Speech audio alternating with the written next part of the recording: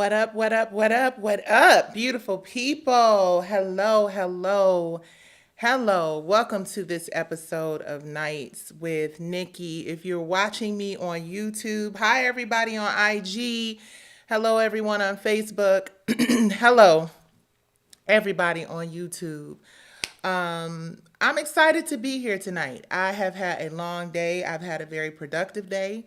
A lot of really cool things have happened. I've had a few interviews and some conversations, and momentum is growing. So I am truly grateful that you guys are bopping in to say hello and spend your night with Nicci.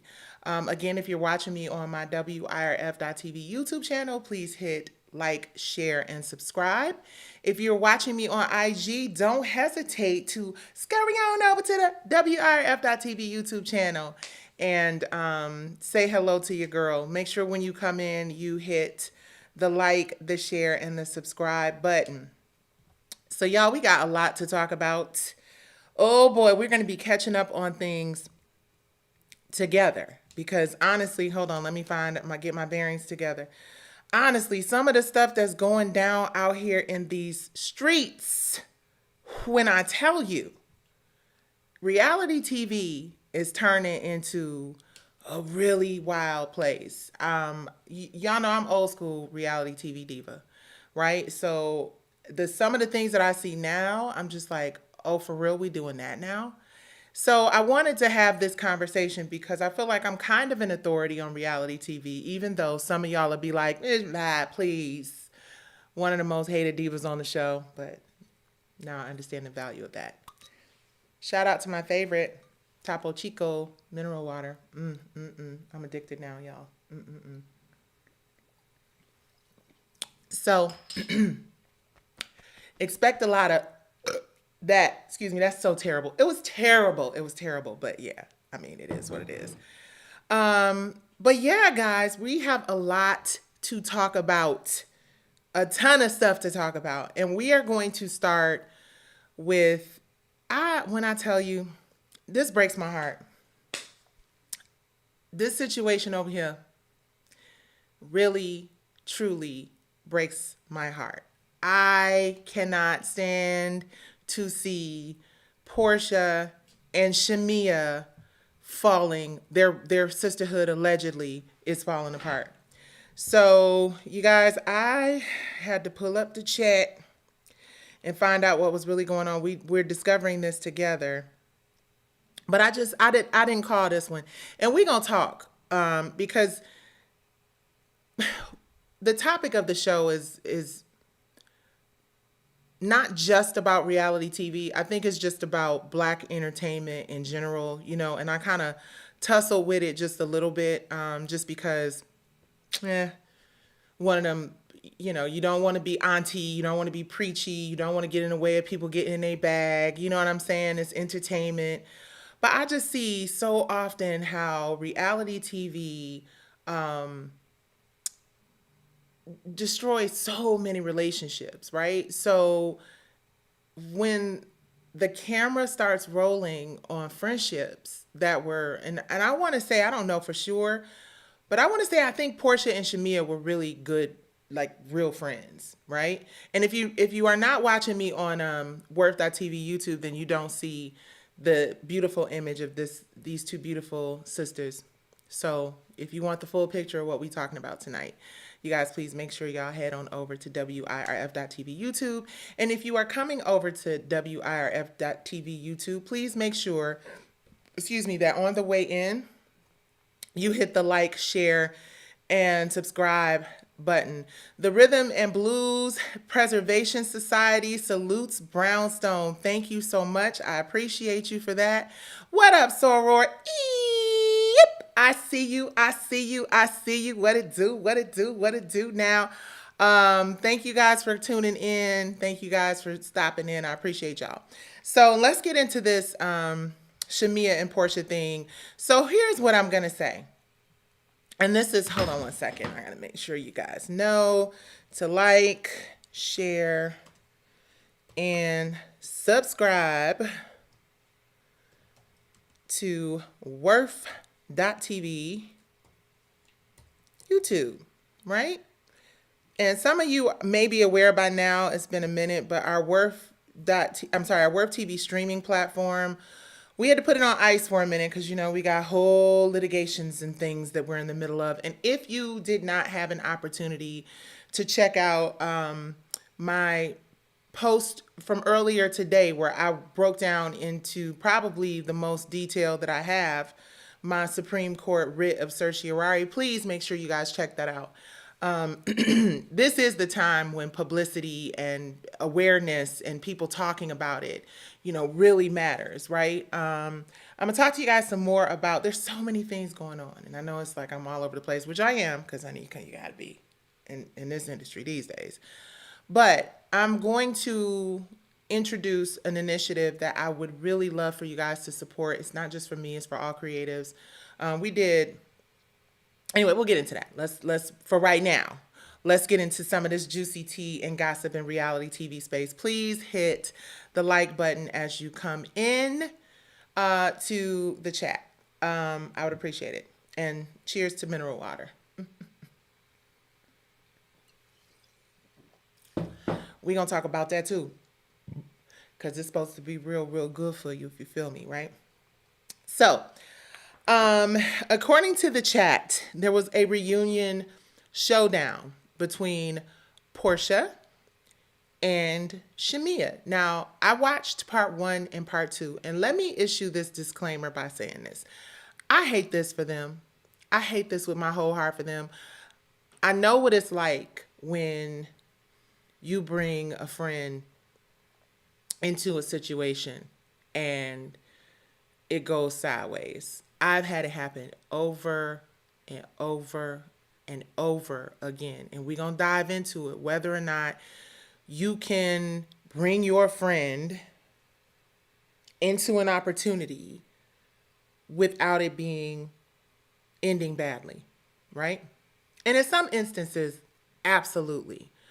I always think it's better when a person comes. Well, we'll talk about what I think in a minute, but hold on, let me jot that down. I'll remember. It's just nudge me and remind me to tell you about Brownstone and where we are now, and how that happened. So during the second part of the Real Housewives of Atlanta reunion, which aired July 25th, 2025, the crux of the drama centered on Porsha and Shamia addressing the breakdown of their friendship. Excuse me, I'm drinking mineral water. They clash on stage and have continued to exchange pleasantries, I use that word lightly, in social media. Since the reunion aired, both women have returned to Instagram and Twitter, firing off jabs and heated comments about each other, keeping the tension alive well beyond the television event. What it all means is their friendship on ice. Their previously close bond now appears to be maybe a little irreparably sure. I don't want to use the word irreparable, because I think they were real good friends in real life, like since they were young. This might mean that there's some unfinished business between them. The public back and forth suggests neither is willing to back down, and fans are not sure if reconciliation is possible. Okay, so this is what I'm going to say about that. Oh, we got some comments in the comment section. Hi, Shay Boogie. What it do, Shay Boogie? So Shay Moore says, and she might ask, I was about to go into this. This was going to be a part of my next question. She said, I think that they're fine. They're just trying to bring it for the ratings. That was going to be my next question. And that is actually my hope. What I hope with everything is that this is just something that they're doing for the TV ratings, right? Because it kind of like, I am a little confused as to what the beef is. I don't know if they've been really specific about what the specific thing is. It sounds like a lot of production influence. I'm just going to say, listen, many of you have seen behind the curtain. Baby, let me tell you, if you believe all of what you see in reality TV, then, your issues might be just a little bit bigger than this reality TV thing. So somebody, Lamar says Porsha is nobody's friend. I wouldn't say that. I wouldn't go so far as to say that.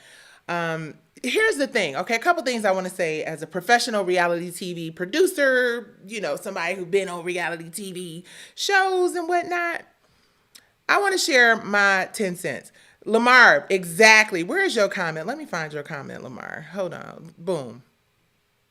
Hold on. Let me put your comment back up here, Lamar. I'm sorry. There you go. Lamar's comment, spot on. Just like R&B Divas Atlanta. Not just R&B Divas Atlanta, baby. Listen, Linda. So, where do I begin? This is such a juicy topic.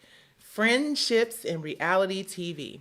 So, what I hope, let's just hope, for goodness sake, that Porsha and Shamia are actually, just kind of like bump it. It's the folks love it. You know what I'm saying?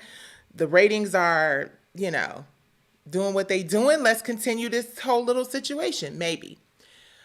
But I sense that there is some real something like in particular the conversation where Porsha and Shamia, I did see where they sat down and they had a conversation. Porsha really seemed, she really seemed like she was in a place where she's like, not you, not us. I don't want this for us. Don't, I felt like she in a way was saying, don't let this TV show do this for us. Don't let these people in your ear. Listen, I'm telling you because I've been here. I know it from a different lens.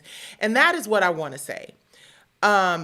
I understand how people could sort of say, hey, listen, I need there to be a little, energy there. We've seen you guys as friends, but are there some unresolved? And that's producing TV. So in the beginning, it may have very well been some level of like, we need a little something, something here because you guys can't just be warm and fuzzy. We have this thing in reality TV where we are like, everything can't be kumbaya because nobody's really going to watch a bunch of people just getting along and whatnot. Although I think done the right way, people do want to see people getting along, but that's a whole nother show, a whole nother conversation. In the case of Porsha and Shamia, let me give y'all some perspective on both sides. Either one, this is a whole sham, not sham, but this is them like, whatever, girl, listen, you got a couple of little unresolved issues with me. I might have a little couple of unresolved issues with you. Let's lay that shit out on TV and let it be what it's going to be. But what happens when that occurs, right, is even if they're in on it together, and I've seen this happen real time, even if they're in on it together, the input from the blogs, the input from the audience, like if you don't really get it and understand how to like ride it, you might start taking some of this shit personally and you might start really actually believing the shit that's out here, and then that might start to permeate the we just gonna do it like this, but or whatever. And I'm speaking from my own personal experiences. Let's see. There are a couple other comments that I want to get to. Petty King, hi, my love. Hello. Petty King says, I think when Porsha got a divorce and couldn't film in her house and show her wealth, it made her a little jealous of Shamia, who's married. And I mean,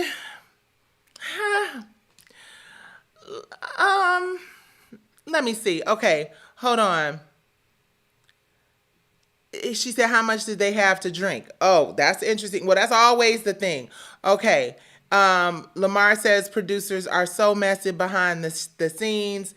And Shay says, I've done it. I don't know what I've done it means. But let me get to Petty's. Let me get back to your comment, Petty, because I definitely want to address this just a little bit, just a little taint, right? So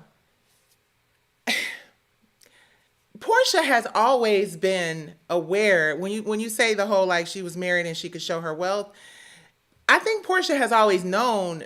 We just learned about Shamia's like fabulosity, beautiful home, beautiful family, all that stuff. We just learned about it. But if they were friends, I'm sure Porsha was aware of that early on. And let me give y'all some more perspective. Just riding on this comment. Of course, she was going through a divorce. I know a couple of people going through divorces right now, and when I say you have to really give people going through that grace, it's a different kind of thing. I don't wish that on anybody. It's tough. And were a lot of women this season, from what it appears, going through divorces. And then some would say that maybe that is the reason why people didn't have as much patience for women who were like happily married and it became sort of, it felt like it became sort of the divorce days against the happily married folks. And it was kind of like, and that's always been, I've said it publicly, I'm going to say it till the cows come home. the way that black men on this show, black marriages on this Real Housewives of Atlanta show, the way that marriages are treated, and I say treated because I believe that producers have a lot of power over how they tell stories and what they lean into and what they respect as, like, marital domain and whatnot. And I just don't think that there are any lines. And I think if there's just like the slightest little issue, then it's going to become a huge crack on this show in particular. And I think when you have an opportunity where you got women who are going through divorce and women who are happily married, maybe it becomes a part of the of it all. I don't know for sure. I'm just saying. One thing you can, I'm stating what I've seen on the show, which is on not just this, well, this show in particular, most shows with relationships don't work, which is why you have never and will never. I think you guys saw my husband on R&B Divas one time in the very beginning. So just as an introduction, like, he for real, he here, this, and that was it. My husband wanted no parts of it. I had even gotten the whole, would you be interested in doing? And I'm like, nope. Best reality show on TV, ratings, the whole, I don't live that lifestyle. And my husband is not that dude.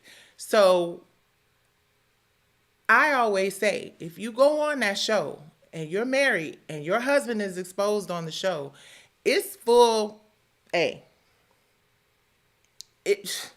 we in this together, win or lose. And it's sad because I hate to see so many marriages fall apart. And a lot of these marriages on these shows fall apart. Shay says, I don't think she's jealous. She just ran away with the bag. Okay, Fred. Then she says, I've done it, set up by the producers, given drinks, and let my emotions take over with my... Yep.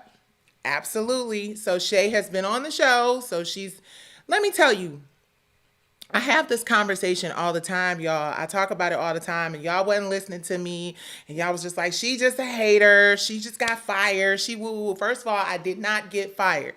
Secondly, please be clear that if I was the worst of the worst, it would just make them want me even more, because that is what producers want. Do you understand? Producers want the wild card that's just going to go get them and be geeked up. And I think there's a lot of people on the show this season of The Real Housewives of Atlanta that are we're just geeked up.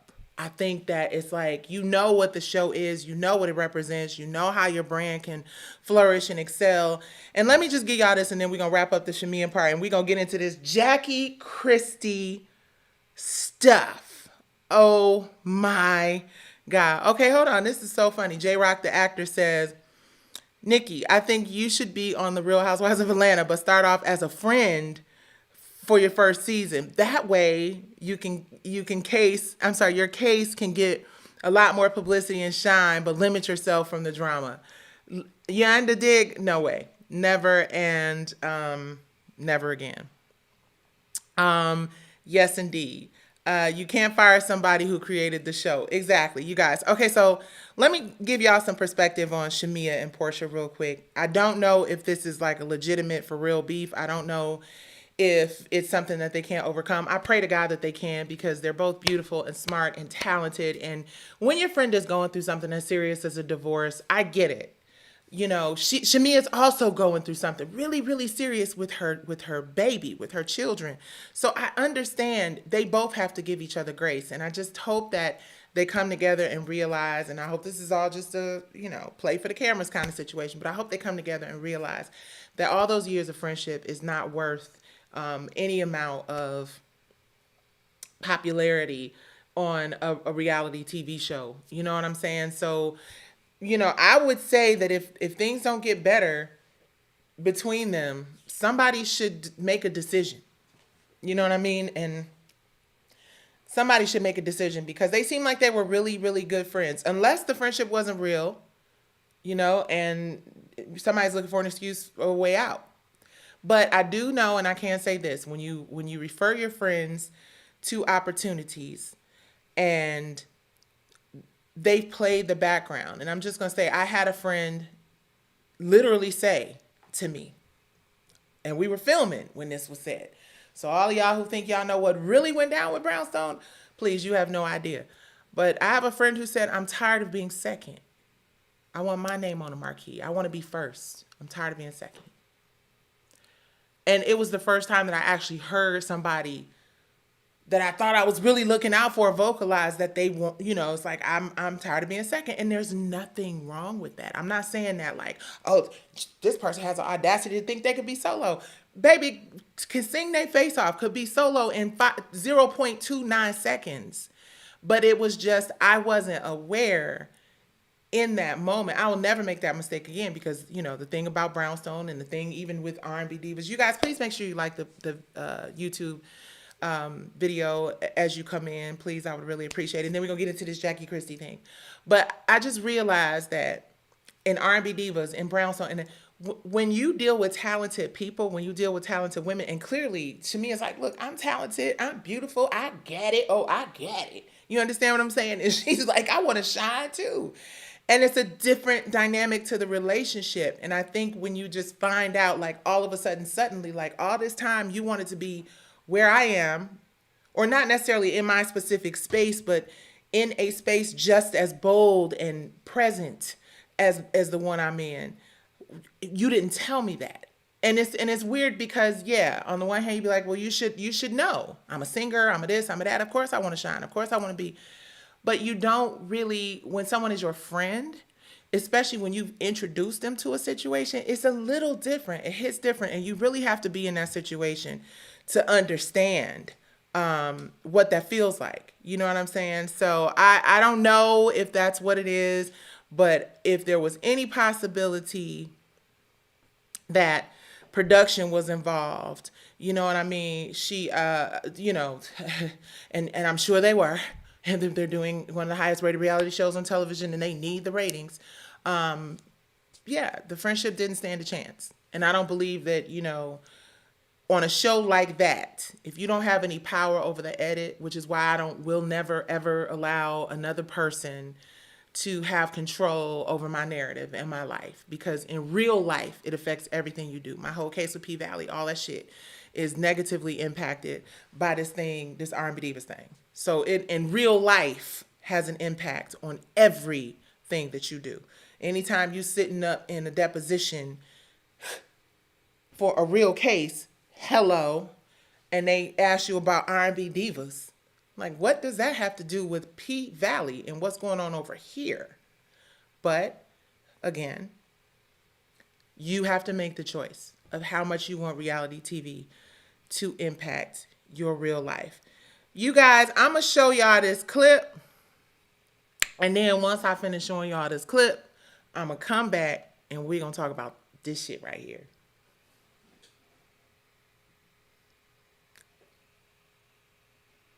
Hold on, why is my clip not playing? Let me drop it in. Okay, here we go. Okay. All right, y'all. So I'm not going to play the part where she just mollywopped or almost mollywopped her daughter.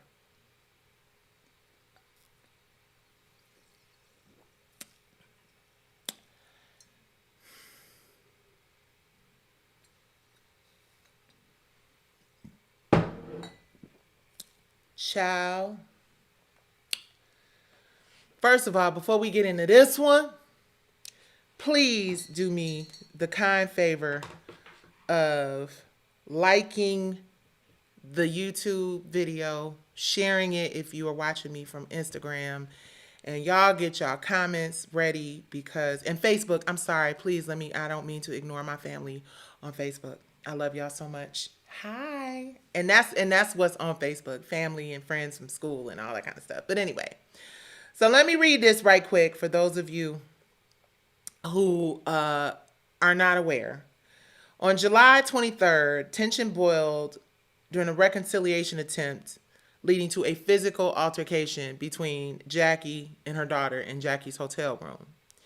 The fight took a serious turn when Jackie allegedly punched Chantel after being pushed into a closet.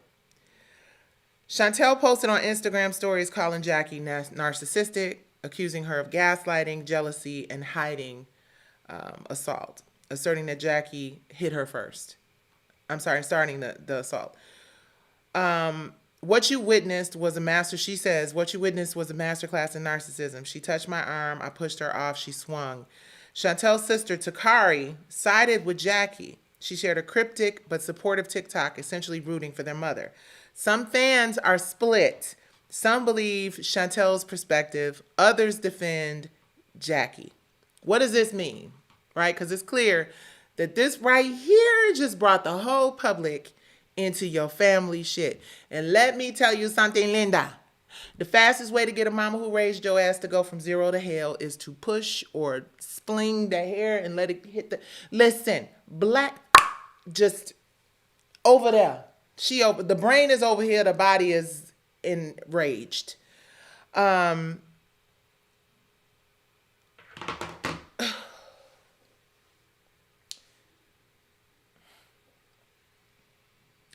So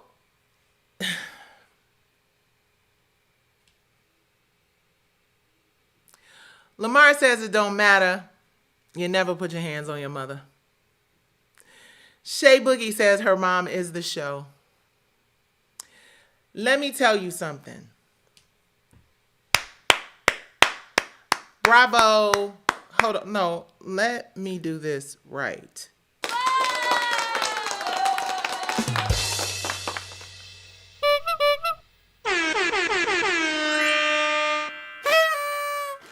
She gets them all. Jackie Christie, I hate like hell that this family had to have that energy play out on camera. I hate it. I am not a fan of violence of any kind on reality TV. Listen, y'all, let me tell y'all something. There were many times on R&B Divas where I really, like, it took everything in me to stay, especially the last scene where Knock Knee, SpongeBob, Black Gums of it all. I wish I had that clip. Next time I'm going to insert it. Baby, that moment took so much for me not to stand up and really lean into this where we finna go. Let's go. Because I was just so broken at that point and so frustrated and so devastated that my friends who I love so much, who I wanted us to have 25, 30 seasons of this, a show I created for the benefit of all of us. Like it's, and I know, how do we get to Jackie Christie and Chantel and R&B Divas? Because I understand that feeling of rage. But when you add to that, and the only thing I can make, you know what? It wasn't even that situation where me and Selena had the beef that we had. I'm gonna tell y'all where it really went down. Where it really went down and I almost lost my shit and went absent without leave is when during my Curvato fashion show, and this is gonna be closer to segue me into this Jackie Christie situation. During the R&B Divas, when I did the fashion show at the pool for Mother's Day event, the producers of the show asked my daughter, Brandy, who was probably 17 at the time, 17, 18 at the time, to, well, she's maybe a little older than that, but they asked her to rub Michael's leg because she was sitting next to Michael. It was Kiki, Michael, and Brandy. And they asked my daughter to rub Michael's leg. They didn't tell me until after, because my daughter told my husband said, don't tell her. Because if you tell her, you might as well wrap this whole rest of this production up. But we gonna have a conversation about it. Which is really kind of unusual because my husband is usually like, oh, that's what happened? Okay, let's handle it. But anyway, long and short, that was a moment where I was ready to tear some shit up. I did verbally behind the scenes, but Jackie Christie and her daughter Chantel, let's talk about it. Your kids and the people you raised on reality TV should always be off limits. Even if they're adult grown ass children. Again, this is the reason why you have to be very careful about who you invite on the show. Back to the situation with Porsha and Shamia. And I don't know that Porsha invited Shamia on the show. I don't know what that situation was. But when people you love become a part of this reality TV thing, I had so many people like, put me on. How come I ain't on the show? Let me do an appearance. Because this shit is the lion's den in real life. It destroys family. There are people on one of these franchises whose husbands just couldn't take it, and he, unalived himself allegedly behind the ridicule and shit. And I remember times. So back to Jackie Christie and her daughter Chantel. I do not know what their internal family conflict is. I have no idea. It is not really my business or any of ours, right? Even though you like, oh, they on a reality show, they open themselves up to it. It is what it is. I'm gonna get to some of them R&B Divas questions in a minute. But it felt to me like somebody had a conversation back to the producer shit. And it's a lot of people who gonna be like, yeah, you hating and you letting, breaking down the fourth wall and all that other shit. But this reality TV thing is destroying a lot of people's relationships. Like, I still don't think that shit that happened with Kenya and what's the girl, Britt. I don't know what happened, but it's just, there's so much more there. And I'm not gonna get on that. But Jackie and Chantel, somebody had to give her the power to feel like, or the prod or the nudge to really lean into antagonizing her mother and gaslighting her, because I felt like that's what she was doing. And to put your hands in any way on the person who, what? Are you kidding? Sorry. And I don't know the dynamic of their relationship. And I'm not saying that there are some things that she probably could feel validated about, being enraged about, and feeling like she just, you know what I'm saying? But that's your mama. And this is so temporary. See, that's the thing that these people don't understand about this shit, that I just keep trying to get my people to under motherfucking stand. The culturally incompetent white male lens that's behind that motherfucker capturing all of our dysfunction. Their families are intact. Their checks are there. They're clearing. They own you and this brand that is, and this thing that is working to destroy your families and your relationships. I will stand by. I cannot stand to see, as proud as you should be to see affluent black couples on reality TV. I have gotten to the point where I feel sad for families when I see husbands and wives on reality TV falling victim to this bullshit. Because I know how geeked up, and I can control it, and that won't be us, and that won't happen to us, and blah, blah, blah, blah. Anybody who asks me, and I'm actually really seriously going to start doing some reality TV masters classes, because yeah, we monetize on YouTube. Make sure y'all hit that like button when y'all come in here. Please hit the like button on this channel. Please and thank you. But to allow your family to be torn apart for something so fucking temporary, it is not going... Baby, listen, reality TV, think about it. Anna Nicole Smith, New York, Flavor Flav. Like, it is so...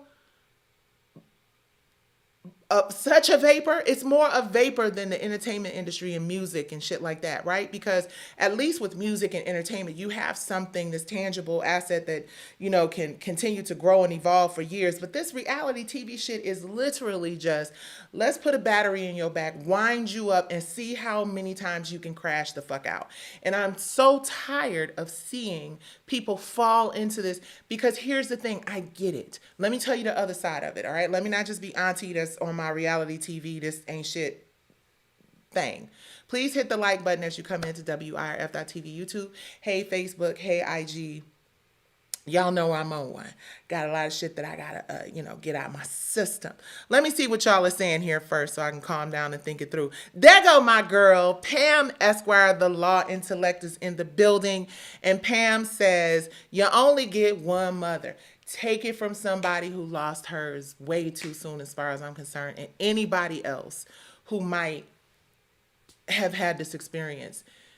Your mother, the person who's going to look at you hands down, the person who's going to look out for you above and beyond everybody else. Sure, there may have been conflict. Sure, there may have been some issues.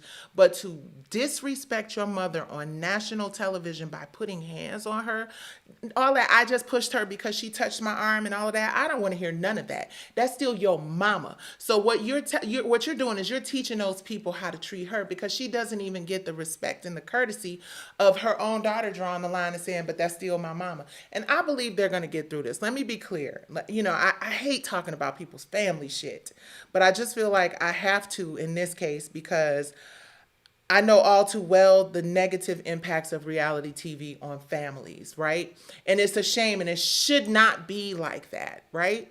But it is. And I don't think enough people really understand it. So people go in here with this idea that, they can handle it, or, they can manage that shit, and you can't. Anytime a show has you wilding the fuck out so much, excuse me, y'all, this is nice for Nicci. That's why I come on late. I'm from Detroit, and sometimes I be trying to say things with courtesy and respect, but I don't always manage to do that. But yes, to your point, Pam, she only has one mother.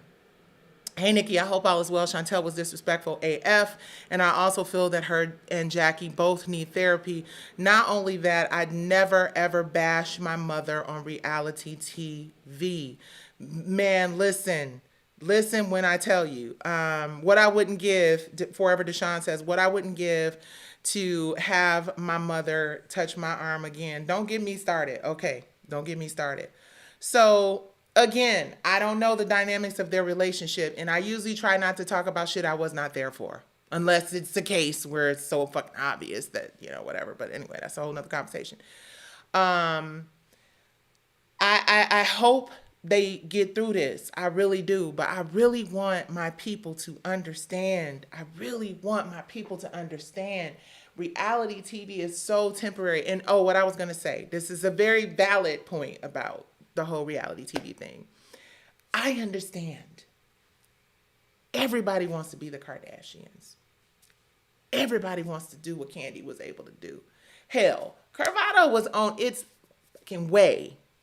And if I had stayed on R&B Divas, whether you choose to accept this or agree with it or not, the show would probably still be around today.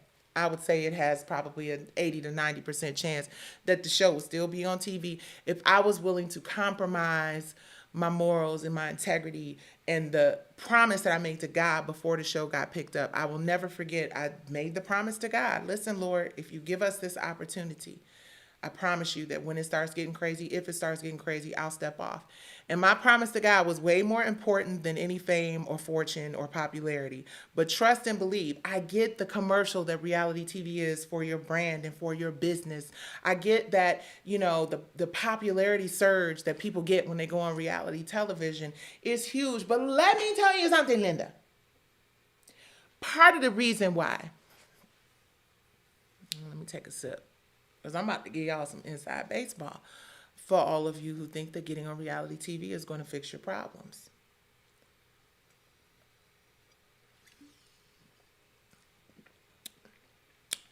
I think I need a Topo Chico sponsor. Okay. Excuse me. I'm sorry, y'all. This is so unprofessional. I probably shouldn't drink this on live no more. If I'm grossing you out, I'm sorry. Okay. Everybody thinks when they go on reality TV with their, no shade, but their She by Charades or their, whatever, Curvados or, candy coated, the toys and whatever. Everybody thinks that they're going to get that. And you do get exposure, because we literally shut down the internet when Curvado launched on R&B Divas. So it does work, right? On some levels. But also, the reality is that You're not going to get something like that kind of exposure without paying a very high price for it. You are not going to get, please listen to me when I say this. And please hit the like button as you come in. I would really appreciate it. It lets YouTube algorithm know that you guys are watching the show and you're enjoying the show. Can you guys hear me okay? I just realized I'm sitting kind of far away from my microphone. Hopefully you guys can hear me okay. Somebody give me a thumbs up if you can. Um, you're not getting all that publicity and shit for free. They're not giving it to you without you compromising or sacrificing something. You know what I'm saying? And 9 times out of 10, what you end up compromising and sacrificing is your sanity sometimes. Thank you so much, Lamar. I appreciate that. Your sanity, your family, relationships and shit. You know what I mean? And it's not worth it in the long run because what most people realize when they come off of reality TV is people forget about your ass.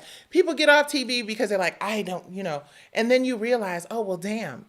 And I have to say, to be totally honest, when I was on R&B Divas, even though we've managed to, by the grace of God, get by without reality TV with Brownstone and some of the other things that we've done. But when you're on reality TV and it's a highly rated show, nothing compares to the opportunities that you're able to generate being on those shows. But what you sacrifice and compromise, how your family is impacted by those choices and decisions is irreparable.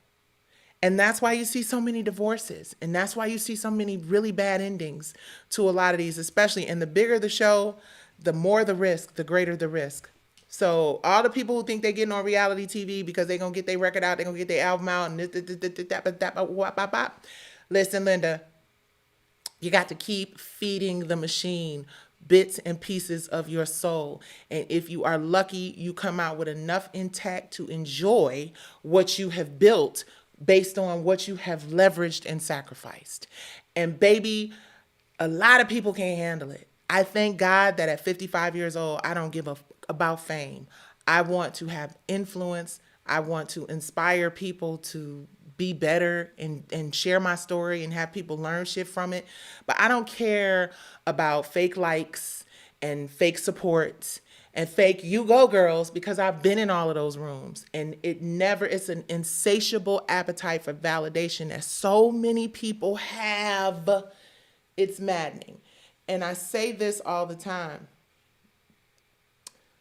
Michael Jackson, Prince, Whitney Houston, there's so many examples in our community of what super mega stardom looks like, what wealth up the ass looks like. And even those people couldn't make it out of this shit in a safe and healthy way. So constantly being on this hamster wheel of chasing fame and chasing validation and chasing success and missing out on so many other parts of your life. Take it from your 55-year-old auntie. It ain't worth it. It ain't worth it. It ain't worth it. And nobody cares. Don't compromise your relationship with your mama, Chantel. And I know you're grown as hell. And again, there are probably things that have happened in your relationship that make you go, But don't ever disrespect the person who gave you life, the person who sustained your life through your childhood and will still do it as an adult. That's just a line you don't cross. I don't care what happened was. That is just a line you don't cross. And I would encourage Jackie to just let this breathe. I hope she lets this breathe and steps away and realizes that she's not going to give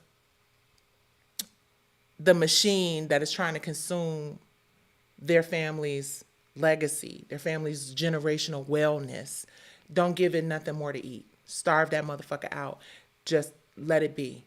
Because obviously the season is already filmed and the horrible shit that has gone down has already gone down. So just, nobody owes us, you don't owe any of us an explanation for what is happening in your household and what's happening in your family. So I am praying really hard for that. Let me get into some of these questions and comments. Where are we at? 50 minutes. Then I'm going to talk about this Khloe Bailey conversation thing we about to talk about. Did I pull that? I want to say I pulled it. I hope to God I pulled it. If I didn't, then I'll be able to find it and I'm just going to play it. But that was deep. Okay. Hold on. Let's see what you guys are saying. Nicci, when is the Brownstone album coming? We are in the lab. We're taking some time off specifically to give that to you, and hopefully, y'all love it. R&B Divas of Atlanta had the highest ratings. Yes, indeed. Forever Deshawn says, like Nene, she left Real Housewives to do other shows. Those shows dried up and then she came back. Well, I don't know about bitter. As long as you own your brand. Listen, this is what I would suggest. Seriously, all of the alumni, and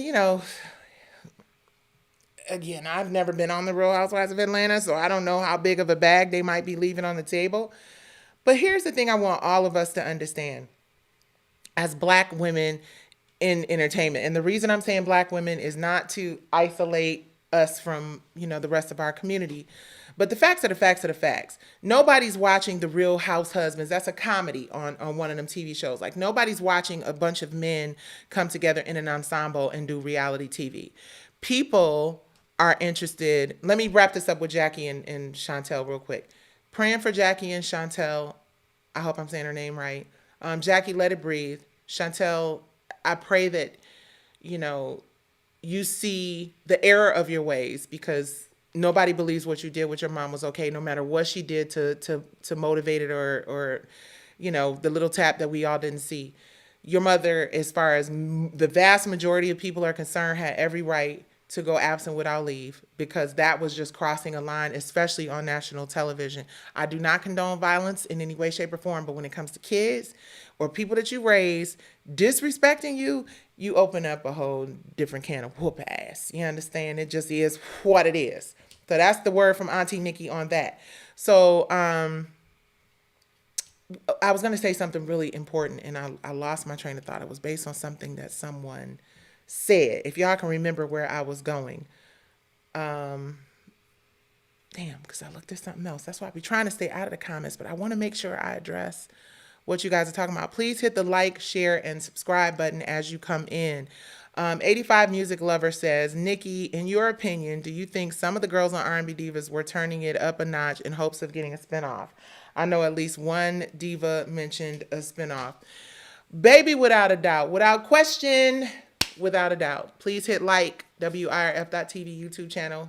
If you're on my Instagram and you prefer watching it here, please make sure after this you go over and you hit like on WIRF.TV IG. Yes, without a doubt. And the reason I say that is not because it was something about Real Housewives. Okay, I'll get to it. But the reason I feel like, well, I know, is because Angie Stone told me. And Monifa, if you had an opportunity to sit back and enjoy the Diary of a Diva episode between between Monifa and I was very clear. I told her to her face. I didn't say it behind her back. I felt like she played me and abandoned me because she thought there was an opportunity for a spinoff between her and Therese, right? I've been really transparent about that. I think everybody, again, just like I said earlier when we first started the show tonight, I know someone who flat out said, I'm tired of being second. I want my name on the marquee. I want to be number one. Number one on the call sheet. Most talented people want that. I think the issue comes up when someone invites you into a room or into a space. And this is whether it's Porsha inviting, because she introduced, I want to say Shamea was initially introduced to the franchise as Porsha's friend of show. So that was Porsha's sort of unofficial invitation and introduction to Shamea. In the case of Jackie Christie, I'm sure that her daughter's introduction came through her.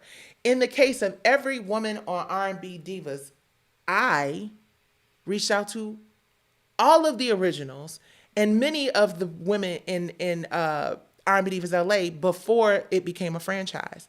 So to build all of this based on one of your friends. If in Shamia's case it was Porsha, in Chantel's case it was her mother Jackie, R&B Diva's case it was me.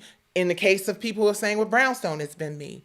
For someone to bring you into a situation, and then for it to become a competition, or you want to one up and not break that down to your friend, like I would not have a problem with anybody coming to me saying, I think I'm ready to do a solo record, or I think I'm ready to do my own show, or I think I'm ready.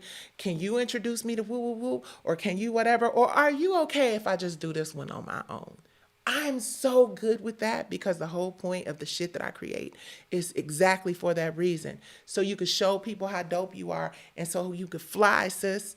But when, excuse me, you allow a network or a record label or whoever it is to manipulate you into believing that you should stab me in the back and that I should be your punching bag, like Angie said, she was told without a doubt she was a part of a conversation where other people were involved, and the mission was to get me up out of there so they could excel, and this person could become the new this person, and this person could become the new that person.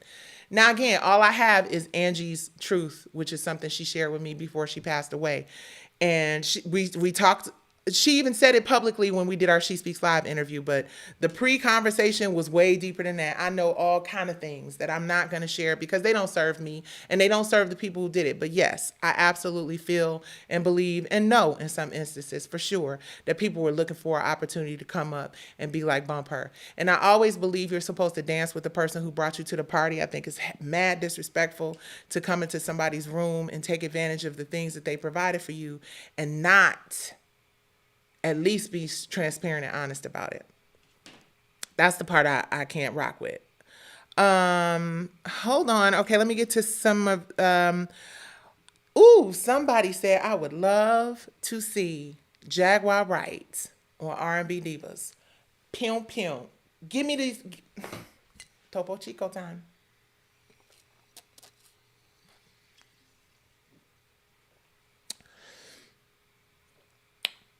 Who's your dream cast?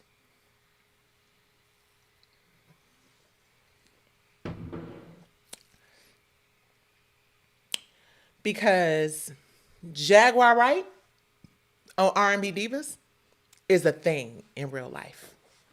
That's like a thing. There's a couple other people I would love to see. I'd love to see Blue Cantrell on R&B Divas. I would love to see, and this is there I go with that. Excuse me, y'all. I'm trying to be polite. I would love to see Amel Leroux. And that's the disappointment. The disappointment of R&B Divas is this, and then I'm gonna get into Chloe Bailey, and try to keep this under an hour. But the disappointment with the R&B Divas franchise for me is this: you had a really great opportunity to establish a show. Excuse me. It's the mineral water, y'all. I'm sorry, it's embarrassing. You had a really great opportunity to establish a show that could be around as long as the Real Housewives of Atlanta. You had a really golden opportunity to establish a franchise where people would not be afraid to participate in it. People would actually be geeked up and inspired and excited, which is what I think that the R&B Divas LA initially felt like, oh, wow, this is a great show. This could work, And I think when greed and shady tactics to remove me from the series that I created start to happen, karma and the universe just handled it. Same way they're going to handle it with this P-Valley thing. Y'all ain't getting the third season of P-Valley for a reason. And I think the reason is that karma and ancestors and things.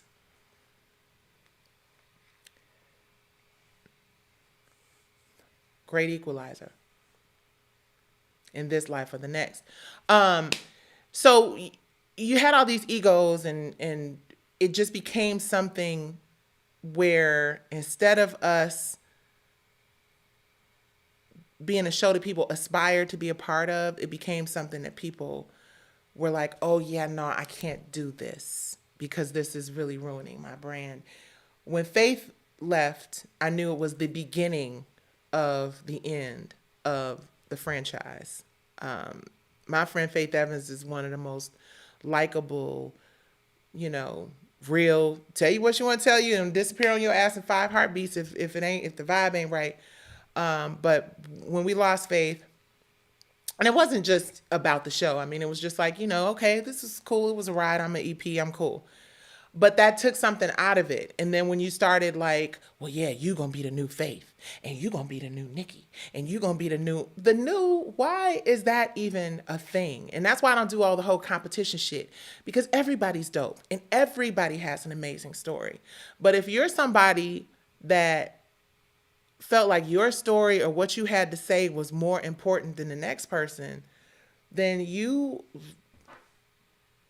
were prime for the manipulation from the producers and the promises that they never were going to deliver on, right?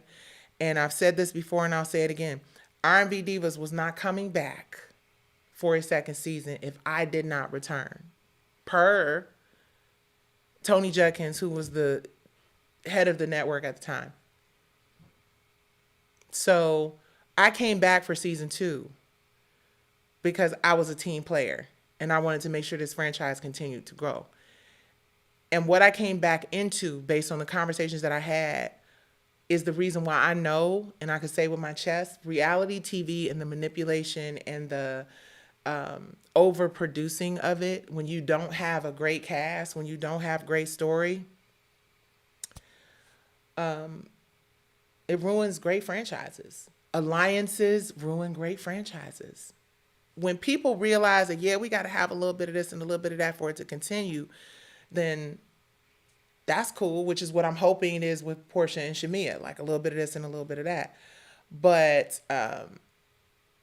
it's very hard to see such great ideas and great cast. And I want to see the original Real Housewives of Atlanta back. I want to see Nene, Kenya.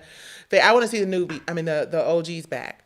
And I would love to see the OGs of R&B Divas come back. I have always said, and I stand on this, I would absolutely love to have a reunion of sorts with the original cast of R&B Divas. I feel like even if we didn't go, do a whole season, just a sort of where are they now? Please hit like as you guys come in. Thank you so much for subscribing and liking WIRF.TV YouTube channel. Hey, Danica, I see you. If P-Valley is going off the air, how does it affect your lawsuit? You're still entitled to your money should you win, correct? Okay, so I did a video about this, and I posted it earlier today. So I actually went through the current status of my case with P-Valley. And so that video will be available. I'll put the link in here, but and I'll give you an update. I'll give you guys an update in a minute. Let me finish this R&B Divas thing real quick. And let me go on ahead and highlight this comment. I love the artwork. Well, the Diana Ross and the Bob Marley, and you don't see the Michael, he's on the other side of me over here. But the Diana and the Bob Marley are oil paintings by my husband, the incredible Southpaw Art. I absolutely love them, and I'm a little bit of diva and a little bit of revolutionary, so I just felt like it was befitting. Lamar says, Nicci, let's make the reunion happen. I want the reunion to happen, and I want Funky Deneva and somebody else to host it. Wouldn't what be dope is Funky Deneva and Monique. Ooh, well, either one of them would be amazing to host the R&B Divas reunion. Would y'all watch it? Baby, listen, we got ideas, but it has to be right, and I'm not opposed to that at all. I'm not opposed to that at all. I think it would be awesome and amazing. Okay, guys, let me get into this Khloe Bailey story because I think this Khloe Bailey story is really important. And something she said, hold on, let me find.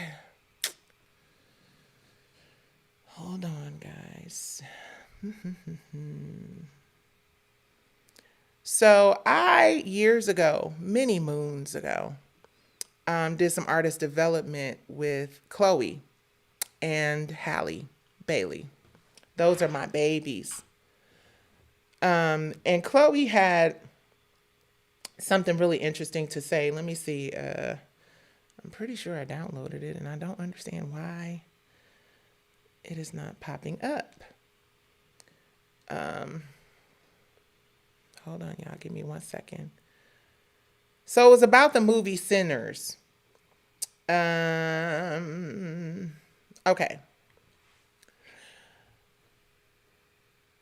Chlöe shared, "Can I be honest? After Sinners, I cried, noting that the film's story echoed her own experiences in the industry. She drew a parallel between the movie storyline about a gifted musician pressured to sell out by vampires and her own pressures to compromise her authenticity for success. Chlöe explained that the film mirrors real tension in entertainment. Talent, hard work aren't always enough, and there's a constant temptation to abandon values just to get to places you need to be. She was so moved by the struggle between staying true and succumbing to external expectations, saying that she cried for nearly an hour after watching Sinners." So this is a really, you guys cannot hear me? Are y'all having a problem hearing me? Hold on, let me check my audio. Somebody said I can't hear you. Can you hear me now? Can you hear me now? I will turn it up. Hopefully you can hear me now. So this is a really interesting conversation, right?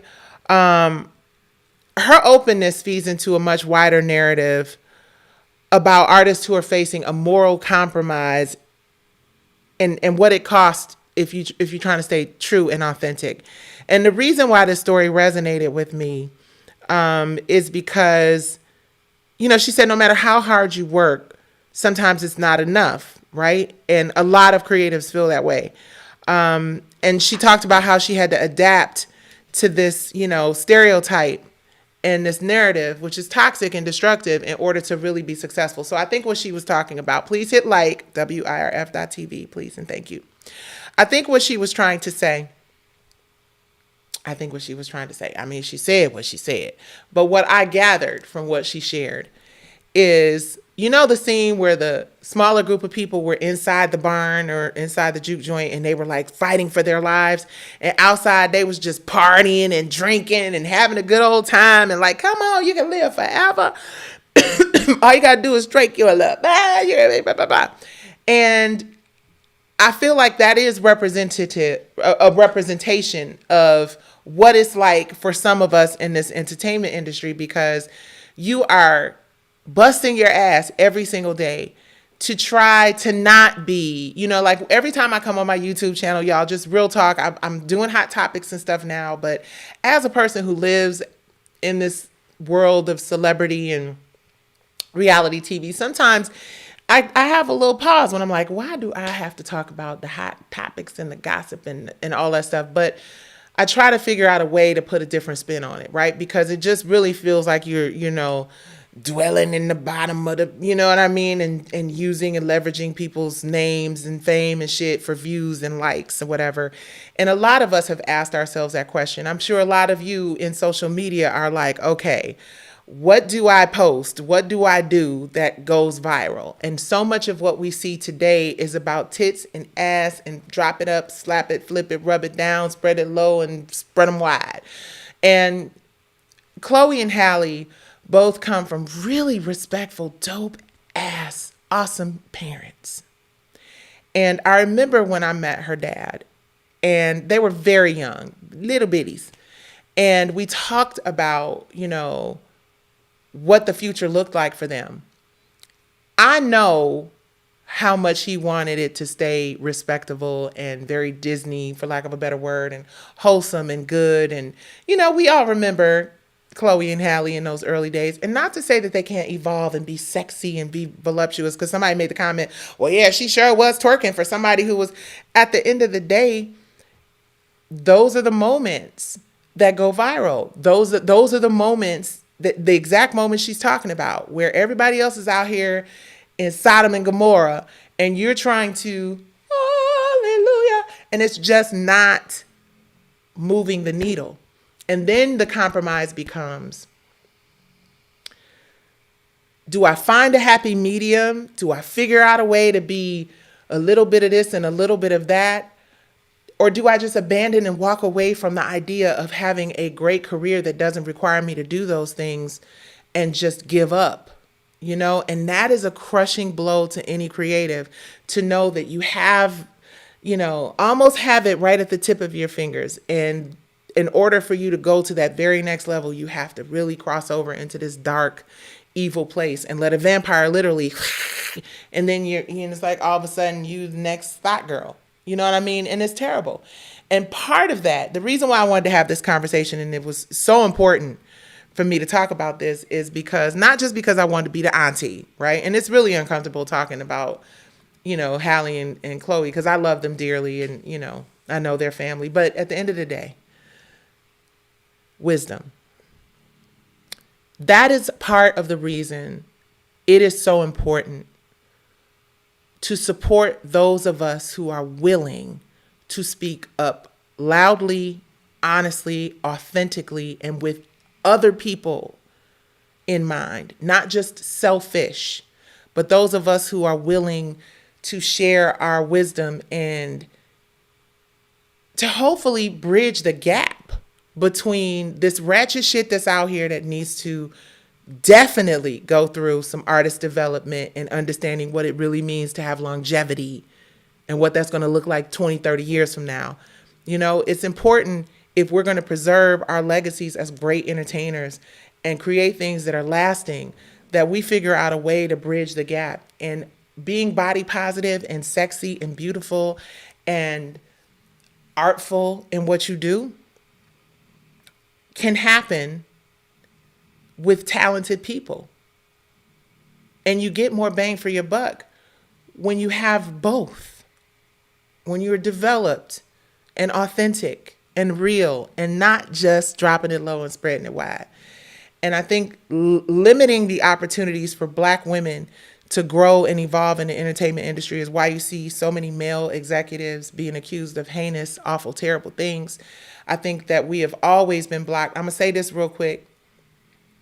Where are we on the time? Okay, good. So I saw a clip. Touch up my lip real quick. So I saw a clip of our brother Tyler Perry. And he was hosting, or somebody was hosting a dinner. I don't know who was hosting it, but there was a dinner. And there were a lot of recognizable, super powerful, you know, brothers at the table. They all had seats, you know, and it was a joy to see, honestly. It was wonderful to see Tyler and so many other successful men coming together and talking about their experiences. And, you know, Tyler has always spoken about ownership and the value of that and some of the deals that he had done. But what was painfully obvious to me in the clip is that there were no women. And I know for sure that there are a lot of women who have contributed in one way or another to Tyler Perry's success. Shout out to my sister, Michelle Sneed. She's from Inkster, Michigan. Google her. He had a team of really, and you know, I don't know what the situation is today. Well, I do know, but it ain't my story to tell. But there were a lot of really dope ass women involved in the development and the production and the shows and the ideas and the things. And I just feel like when you are that powerful at that level, it just speaks to the misogyny that happens. I'm not attacking Tyler Perry for not having a woman at the table. But I would have liked to have seen a table that was inclusive, you know, and maybe there was a woman there and I just didn't see her. But I would like to have seen a table that was more inclusive than the one that I saw in the clip. And I say that because We are the number one consumers. Please hit like as you come into WIRF.TV YouTube channel. We're the number one consumers of this reality TV stuff. We're the number one consumers of all of these beauty products. We make shit hot. We are the sauce. Like I said in my interview with Tori Hart, please watch it if you have not. Black women collectively, we have so much power. And if we could just figure out a way to not be used as tools of the incompetent, not be so quick to want to throw ourselves at the mercy of a culturally incompetent white male, or even black male for that matter, lens, and really support each other, right? I have so many dope ass creative stories that I want to share with so many dope ass women actors and performers and stuff. And because I understand now how the shit works, you just got to keep it to yourself till you have the budget to pay somebody to do the shit, because you can't just go pitching your ideas to somebody and hoping that you'll get investment dollars from them, because we see what happens there. Now, don't we? Here 5 years later, going to the Supreme Court on September 29th. Hello. I'm going to tell y'all about that and then I'm going to get off of this thing. But yeah, we know the value that we bring to everything we touch. We know that we are the number one consumers and the number one viewers. But for some reason, and this is a show I will probably do this week, why are black women, or why do we appear to be afraid to support each other the way we support everyone else? Okay, thank you. Tony Bear says, Nicci, the conversation was among black men and it was hosted by Kirk Franklin. Thank you for the clarification. Thank you for the clarification. Here, let me find that. Put it up here. He says that the conversation was hosted by Kirk Franklin and it was for black men. And that's not to say that black men can't have their own thing, because black women have plenty of things. But again, I still stand by what I said. It would have been amazing for that room, for that power, to have included, especially when you're talking about entrepreneurship and business and ownership and stuff like that. It would have been great to see some women at that table. And it doesn't have to be me. I just would have liked to have seen some women at that table as well. And I know there are tables, plenty of tables where men are not invited, but at that level of success, I feel like there's room. And I feel like our brothers need to step up and really pass the baton. And not pass the baton as in you didn't work for it, you ain't done the work, but I'm just going to give it to you. Pass the baton as in teach me how to fish. Show me how to get into those rooms. And when I go into one of those rooms and I pitch something similar to what my brother did before me, and you see that they're not giving me the same courtesies that they gave you, speak up for me, have my back. Say, well, hold on now, you gave it to me, why won't you give it to her? That's what we need these powerful black men in these powerful positions to do with us. You know, to stand with us when we go into these rooms and we ask for what we deserve. We demand that we are given the respect and the courtesy that you would give to a non-black person or to a black man. And I would love to see more of our brothers standing in that room with us while we're having those conversations. Or at least, even more powerful, being a solid voice when we don't even know that you're speaking on our behalf. The voice in the room that you're not in. You know, that's important. All right, guys, I'm getting into the long-windedness of it all.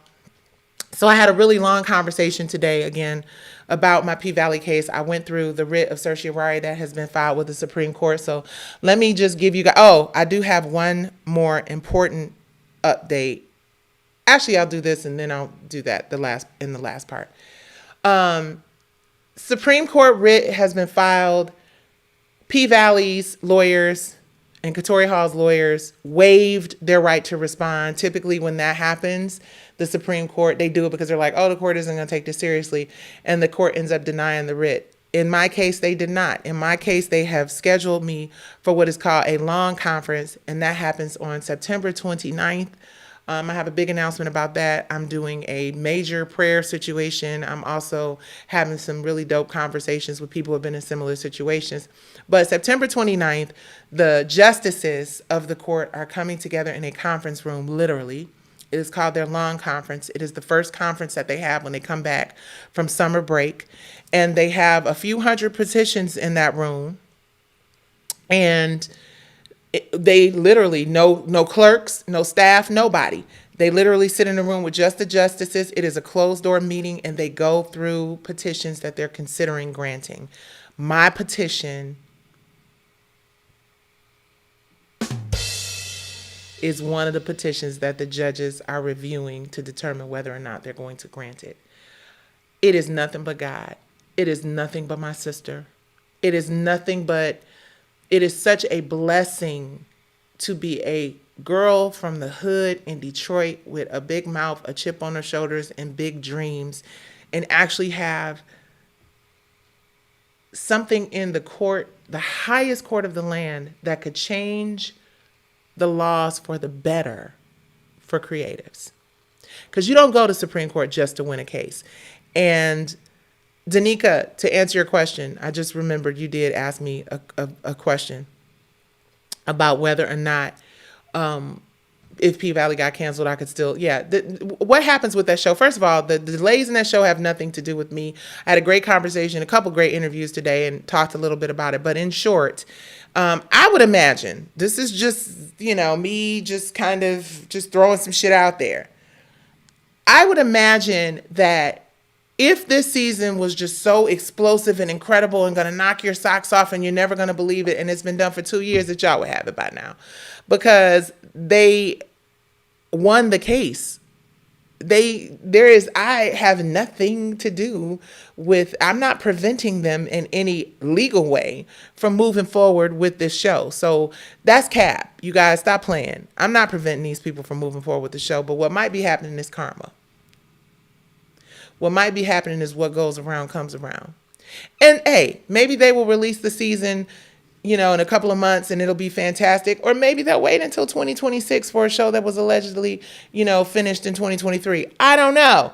But either way, I don't wish the cast any ill will. I don't even wish Katori, or I don't wish nobody ill will. What I wish and hope, and you guys can pray this with me, is that the Supreme Court of the United States sees this as an opportunity to stand with underfunded creatives, to reinforce the constitutional right to due process that every human should have, to allow evidence that supports a claim to be heard in a court of law, especially with a proffered expert, well-qualified expert, to allow the voices of underfunded creatives, who a lot of times are women and minorities, to be heard on some sort of level, equal playing field. That is all we're asking for.